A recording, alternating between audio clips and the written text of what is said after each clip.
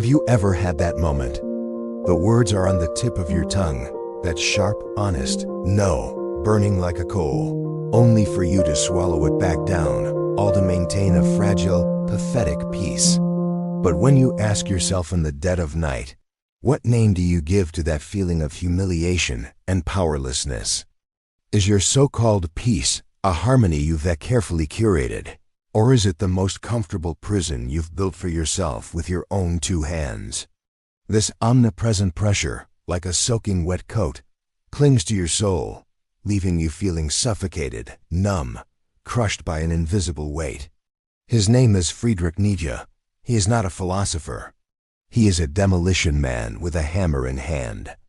And his task is to shatter the illusions we depend on for survival with the coldest, clearest language. The time is 7 o'clock on a Sunday evening, a family dinner. You disarmed yourself on your own most sacred battlefield without a fight. If we all hate this feeling of powerlessness, why do we repeat the same choice, time and time again? The core mechanism here is simpler and more primal than you think. It is a single word, fear. But this is not the fear of physical danger. It is a deeper social fear.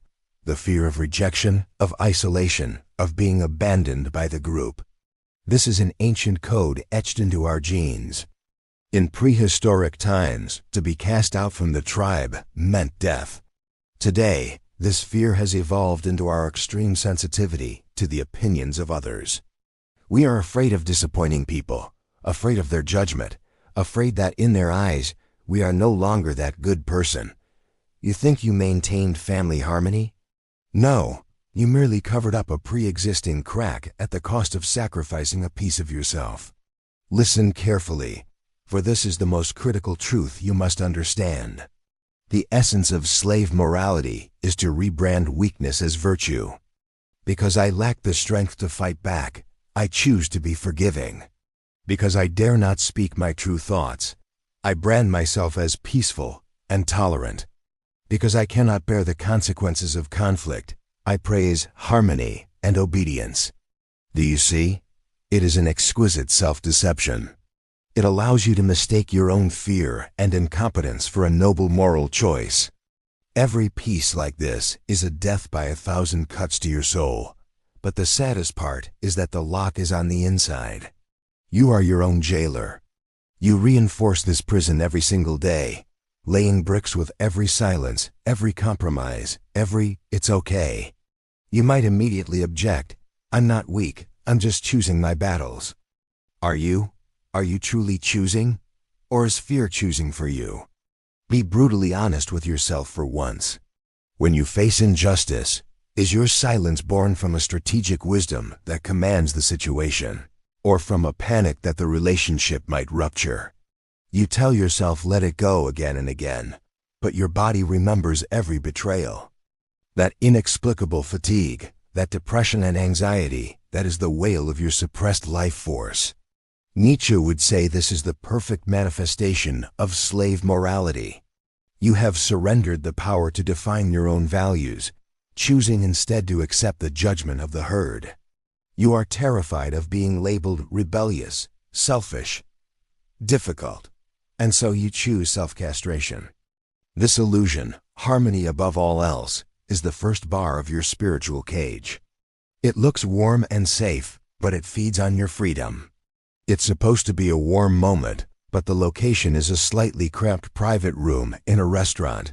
The lighting is dim, and the air is a mixture of food aromas and an unspeakable, heavy tension.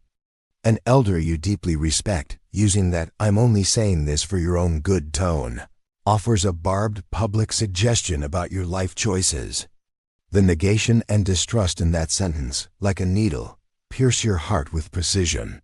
You feel the blood rush to your head. You open your mouth, ready to retort, ready to defend yourself. But you see the subtle expressions on the faces of others at the table. And then your core action emerges. You close your mouth. You pick up the glass of cold tea on the table and take a hard gulp. In that instant, a sensory detail hits you. You hear the grating sound of a knife and fork scraping a plate nearby. And in the 3 seconds of suffocating silence after the elder's voice fades, your hand feels the glass, as cold as a block of iron. And then, the emotional trigger. The cold tea chokes you, a spasm in your throat, and tears almost well up in your eyes. What you taste is not tea, but a bitter mixture of humiliation and self-betrayal. Your stomach, it feels as if it's been instantly filled with lead. Get ready, because today, we will follow Nietzsche on a dangerous expedition. This journey will utterly subvert your understanding of conflict and make you realize that the very thing you have always feared is precisely the only path to your freedom. You keep yielding, keep compromising, until one day you discover your territory has shrunk to this tiny patch of shadow beneath your feet, and you've long been trapped in place. You feel hollowed out, don't you?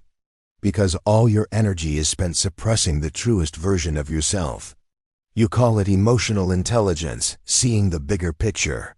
Today, I'm going to ask you a question that will make you squirm in your seat.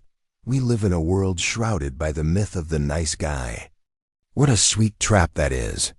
Society teaches us that a person of value is agreeable, friendly, someone who never causes trouble. We take this ability to not offend as a virtue, a sign of maturity. But Nietzsche would tell you this is not a virtue at all.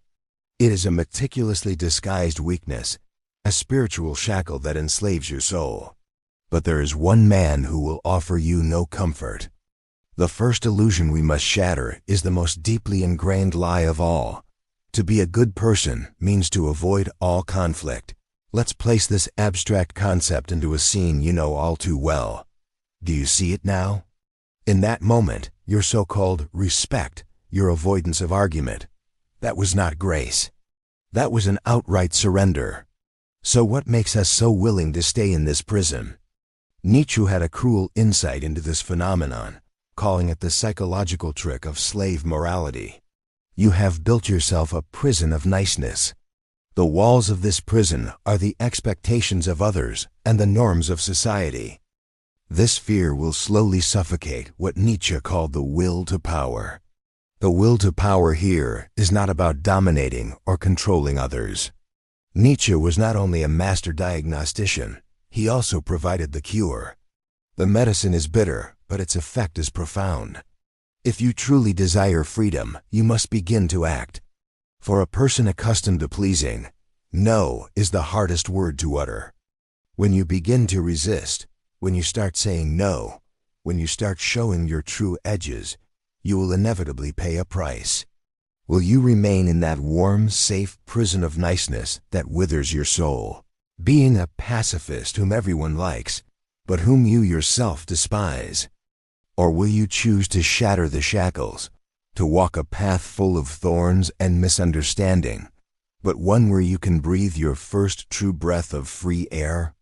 What is the first, even the smallest, conflict you have decided you will face? To become what Nietzsche called the overcomer, one who dares to legislate their own life, who dares to become their own master. Yes, some people will be disappointed in you. Yes, you might lose some so-called friends. Yes, you will be labeled selfish, difficult, aggressive. Nietzsche's answer is, amor fati, love your fate. Embrace it all. Wear the disapproval and misunderstanding of others as a badge of honor for being on the right path. When the herd begins to look at you sideways, it is the very proof that you are breaking away from it, moving towards becoming an independent, whole individual. This loneliness is not a punishment. It is the echo of freedom. The path of the strong is destined to be a lonely one. From now on, you must treat it as a sacred term. Every time you say no, it is not an attack but a defense. It is the perfect alignment of your words and actions with your deepest inner truth, no matter what waves it may cause. You are declaring your boundaries. You are defining your kingdom. Every no to something you do not want is a yes to something you truly desire. Every refusal is an affirmation of your personal dignity. This is not about technique. It is about existential courage. No. It is the primal impulse of life itself, the inner drive to overcome oneself, to grow, to expand, to constantly imprint one's own strength upon the world. You need to train your tolerance for conflict, just as you train a muscle. Starting today, engage in microdosing conflict. Practice stating your true opinion on small, inconsequential matters. A friend recommends a movie you don't like. Say directly, "Thanks, but that's not for me." A colleague proposes a plan you find inefficient. Voice your concerns, gently but firmly. Each of these small confrontations increases your tolerance for disharmony and loosens the chains on that imprisoned warrior within you. When you evade all necessary conflict, you are systematically killing your will to power. Your life is no longer a great tree growing towards the sun, but a creeping vine, dependent on the walls of others to survive. This is the root cause of why you feel hollowed out, why you feel the color has drained from your life. Because you have abandoned life's most central driving force, the will to become who you are. The diagnosis ends here. Now let's talk about the difficult path to liberation. Step 1. Redefine harm. You must fundamentally overturn your values. You must understand that the greatest harm in this world is not making someone else uncomfortable, not disrupting superficial harmony. The greatest harm is the betrayal of your own soul. The discomfort of a fierce conflict is acute and temporary. The daily self-suppression is a chronic, deadly poison. You must place the act of defending your true feelings above the act of pleasing others. This is the first moral revolution on your path to freedom. Step 2. Microdose on conflict strength. You cannot become a fearless warrior overnight. Step 3. Treat the word no as your sacred word. Step 4. Embrace your fate. This is the most crucial and most difficult step. Now the choice lies before you, clear and cruel. Remember this cruel truth. True peace is never the absence of conflict. Now I leave the question with you. Tell me in the comments below, what has this awakened in you? Here, we don't go with the flow. We question,